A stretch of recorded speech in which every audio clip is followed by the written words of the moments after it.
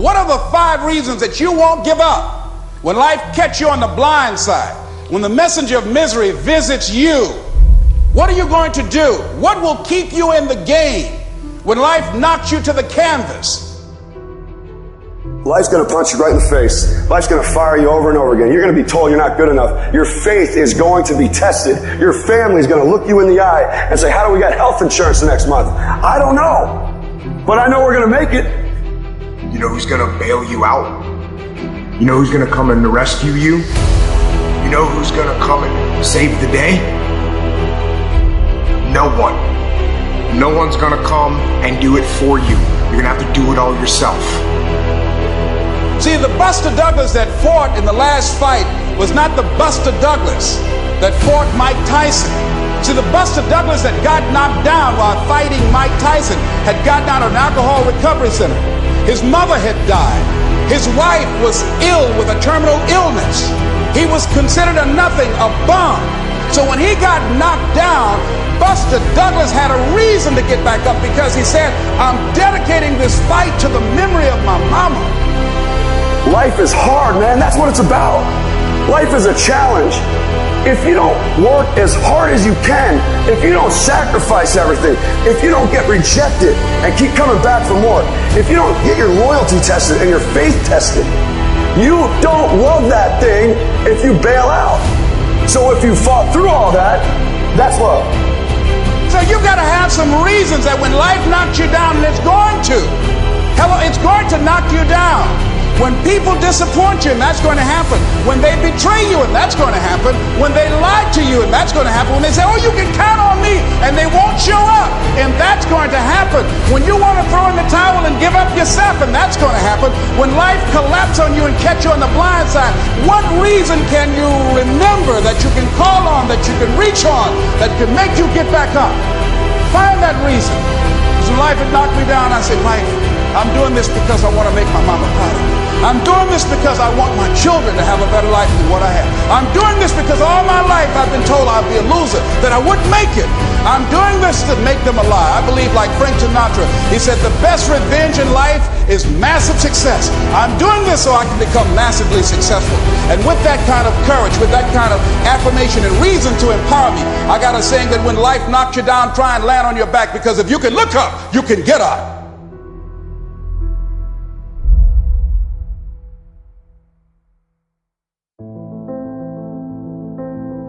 You don't have to be grim, but you do have to be serious. Hey, everybody hopes things will get better, but remember, the future does not get better by hope. It gets better by plan. And hope unaided by clear plans can finally become an illness. There's a Bible phrase that says, hope long delayed makes the heart sick. It's a sickness. I used to have the illness known as passive hope. It's bad. And there's one that is even worse, and that is called happy hope. That is really bad. The man is 50, and he's broke, and he's still smiling. That's bad. So get serious. Make plans. Put them on paper. My suggestion from experience. There's a phrase from the Bible that goes, without dreams and vision, we perish. How true. Humans have this unique ability to aspire, to dream, to go for something, to become something. Without that, life is not life. We must have dreams and never give up on our dreams. I'd like to share a few ways your use of time are affected by or influence the achievement of your goals. Have you ever thought that without some very clear written goals, you never even need to consider managing your time? Time essentials come from objectives well defined. Time can't be critical if objectives aren't defined. Now you might be one of those uniquely fortunate individuals who can keep all their objectives and purposes clearly defined in their minds and operate from that. But I wouldn't take the chance. Write your goals down and set careful priorities. Sometimes priorities are determined by the season. For a farmer in springtime, the season dictates his most important activities. During the spring, a farmer must work around the clock, burn the midnight oil, and keep the equipment running because he has only this small window of time for the planting of his crops. One of the difficulties of living in an industrialized society is the losing of the sense of seasons. When to pour it on, when to ease back, when to take advantage. It's easy to keep going from 9 to 5, year in and year out, and lose a natural sense of priorities and appropriate time. Don't let one year just blend into the next. Keep an eye on your own seasons, lest you lose track of values and substance. Part of setting priorities is learning to separate major activities from minor activities.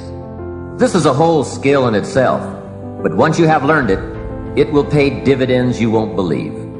So learn to put everything on your mental scales to be carefully weighed before you spend time or money. Of your sanity is socially distributed. And what I mean by that is, well, let's say that you know how to behave. You're well socialized. You can play with others. Now, I said already in this conversation, if you didn't learn to play with others between the time you were 2 and 4, you will never learn. And psychologists have beat their heads against the wall trying to rehabilitate antisocial children. They can't do it after the age of 4. Is that because areas of the brain just don't develop?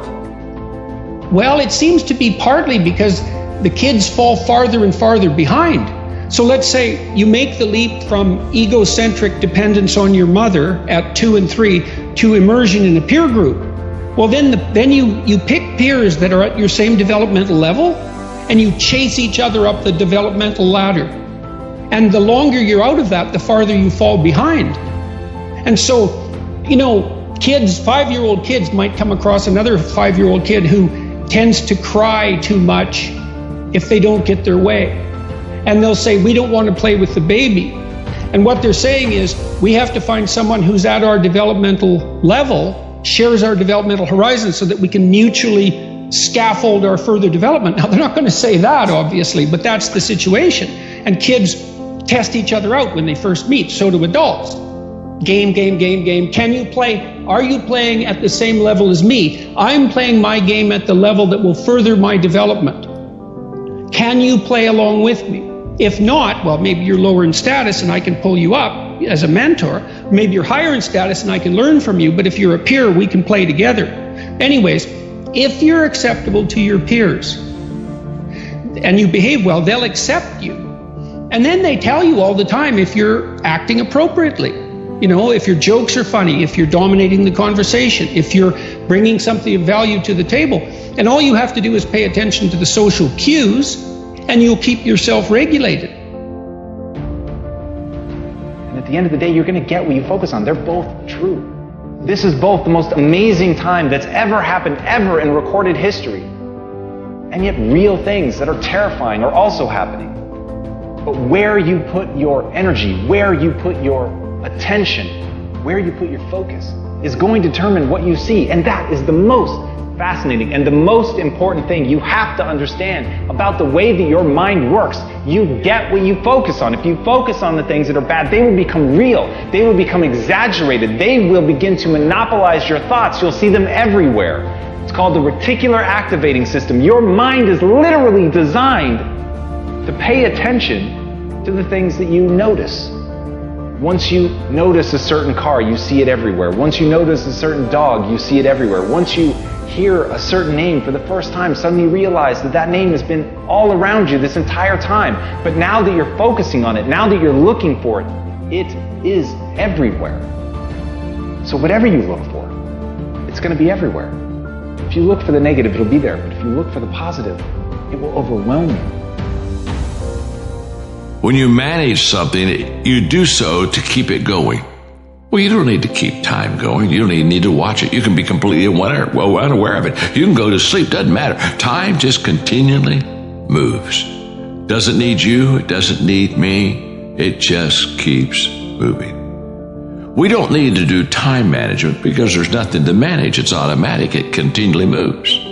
What we need to do is priority management. With the time that is continually slipping away from us, we need to manage our priorities to maximize the time we have. So don't manage your time, maximize your time. How? By doing the things that are the most important to do at that moment. Make every day your masterpiece.